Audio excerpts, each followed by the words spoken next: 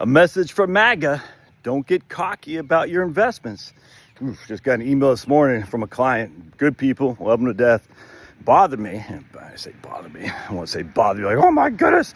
But I'm like, ooh. Anyway, so they're middle of the road, 50-50 investors. They want to bump that up, make their portfolio 75-25, which would be a 50% increase in their stocks because of, the Trump's tax bill and that Trump is just crushing as a goat, which should do. If you're going to be the goat, you got to crush, and Trump is the goat, so he's crushing. And I think she said they heard of Art Laffer saying if Trump's bill goes through, the Dow could be at 50,000 or something like that.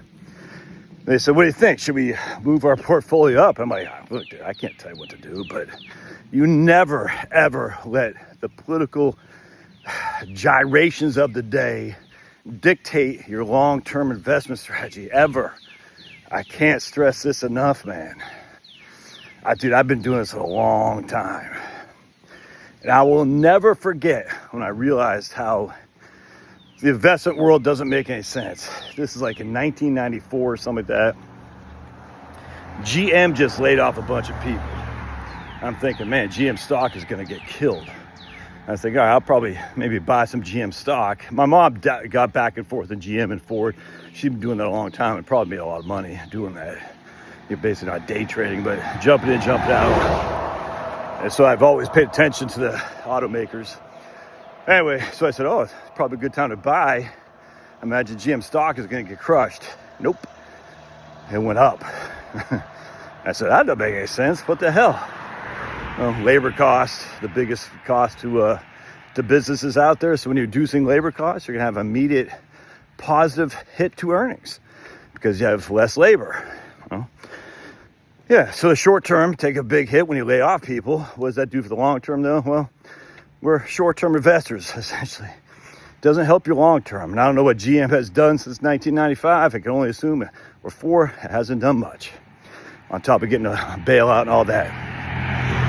On top of unions basically taking control of the bonds and bondholders getting shafted, the whole thing. Anyway, point being was that didn't make any sense. And from a short-term perspective, people are like, yeah, let's buy it.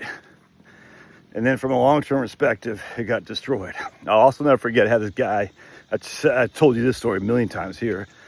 After Obama passed his version of the big, beautiful bill, the quantitative easing with Geithner, Timothy Geithner and whatnot. Was this after or before Bernanke? I think after. I can't remember. But anyway, Geithner. And he said, oh my goodness, this is like 2011. We're getting mass inflation. So he loaded up into gold. Now, previous to that, the last 10 years, gold was literally one of the top 2 performers in all of the investment world for 10 years. I mean, gold just killed. So he thought now's the time to buy it because Geithner, Bernanke, Obama, blah, blah, blah, blah, blah. And of course, he made a horrendous mistake. Gold fell on his face. I don't even know if gold's recovered. I think it probably has. The price of gold, I think, is recovered. Gold mining stocks, I don't know. But I mean, the price of gold certainly recovered. But you haven't made much money if you bought the top in 2011 till today. Just haven't, relative just keeping your money in an index fund, broad-based total stock market index fund. Anyway, point being was he got smoked because he let his politics dictate his investment portfolio. And the sad thing is when you get smoked like that, it's not just a hit to your overall portfolio. It could be a hit to your ability to retire. I mean, think about it. Let's just say you had $1 million and 5 years later you got $500,000. Not only did you lose half your portfolio, how many years in retirement did you lose for your money? It's kind of like, I can't believe you didn't refinance your mortgage was, you could get a 3% rate. I said, well, it's going to cost $30,000 or whatever it was.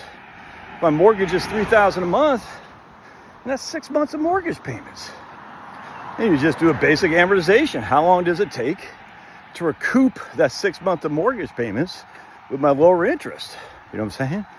It's no different than taking Social Security later versus earlier. You just got to do these, essentially an amortization schedule. Not really an amortization for Social Security, but you get it. No different than looking at not a deferred annuity, but an income annuity. How long does it take to make money back where I'm in the black as opposed to still being in the red? It's just that simple. So I didn't refinance my mortgage because I don't want to lose 6 months of mortgage payments. And the same thing here. You got to be very careful letting your political just lead your investments. In fact, I know a lot of people hate to hear this. The markets have done better on the Democrats than they've done on the Republicans, believe it or not. They just have. Why is that? Well, you could say Democrats like to spend more, maybe. I mean, hell, it's not like Republicans don't spend, but the markets have just done better under Democrats than Republicans. It's just a fact. So and I'm talking stock markets, I don't know about bonds. So if your thing is, we'll get a pop because of Trump, you might, but you might not. And if you're relying on this money to fund your retirement, which many of us are, to complement our complement of Social Security, we can't afford to allow the politics determine our ability to retire. We just can't. On top of that, let me just remind you, we're talking 15 years now, 16, 17 years. The market has been on fire. On fire. The earnings are still quite high, or the prices are still quite high relative to earnings. We still have an issue of how the tariffs affect things. We don't know. And I'm telling you right now, all these people think tariffs are inherently inflationary. They simply don't know their history. Tariffs are not inherently inflationary. If anything, the evidence is tariffs are deflationary. So what does deflation mean to stocks and bonds? Bonds love deflation. Stocks don't like deflation. Just look at your history, man. So then you look at the value of the dollar declining, which is what we want if we want to increase our exports to increase manufacturing jobs, which we're going to have. What does that do for stocks? If the value of the dollar, domestic stocks, now it might increase demand for domestic produced goods, for sure, it could. It might increase demand for domestic produced goods on here in the United States as well as internationally. When the price of the dollar goes down, your domestically produced things are less expensive relative to foreign competition. Internally, i.e. in the United States, and externally, what we export. However, they're still quite high relative to these other countries that are doing it for, just going back to what I learned when I was in Maui. Went to the pineapple place, Maui Gold. And why do they no longer do pineapples in anywhere else in the United States and can hardly do it in Maui? They can't compete for cheap labor. They can't. The cheap labor Costa Ricans and Thailand, or I think it's Thailand or Vietnamese, one of those countries, definitely Costa Ricans, are destroying our own homegrown pineapple industry. Just a fact. So let's just say the price of the dollar goes down relative to other countries. We're only talking 10%, if even that, frankly. All right, so 10% decline makes our products more affordable, relatively speaking, to Costa Rican pineapples, in this case, specifically pineapples. Okay, we're still well above what they're charging.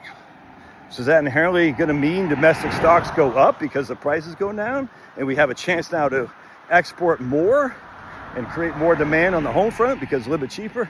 I don't think so, maybe a little bit, but not enough to say, hey, that's going to be a big boon to stocks. Just look at your history. Tariffs are not inflationary. They're not. If anything, they're deflationary.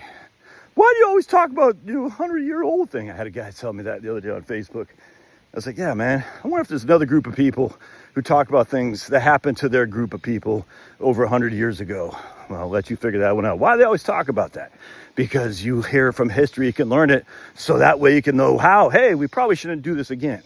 This is why I've been harking on this thing about Eisenhower. Turns out not a good guy when it came to German POWs. Not a good guy. We had mass mass murder of German POWs in American and French camps after World War II. Why do I hark on that? Well, it happened 100 years ago. Well, let's make sure we don't get another wars where it happens again. Don't forget, we had Germans isolated in the United States. We had Japanese isolated in the United States. We had Italians looked at negatively in the United States. So don't tell me the history, we should just ignore the history. We say, yeah, anytime the war drums beat, innocent people suffer. Thus, let's doggone make sure we know what we're doing next time we want to beat those war drums, which is my whole thing with Iran. Yeah, no. I didn't want anything to do with it. I think Trump got in, got out like a jab, and now hopefully he'll get out and stay out, but who knows? The point being is you got to know your history so you can say, hey, in the past, this is what happened. Is there reason to believe that if we go down this road again from historical context, it could happen again? And I think the answer is unequivocally yes. And if we're allowing our opinion of the current administration to drive our stock investments, man, that's just, don't do that. All right. God bless. Love your thoughts. We'll see you.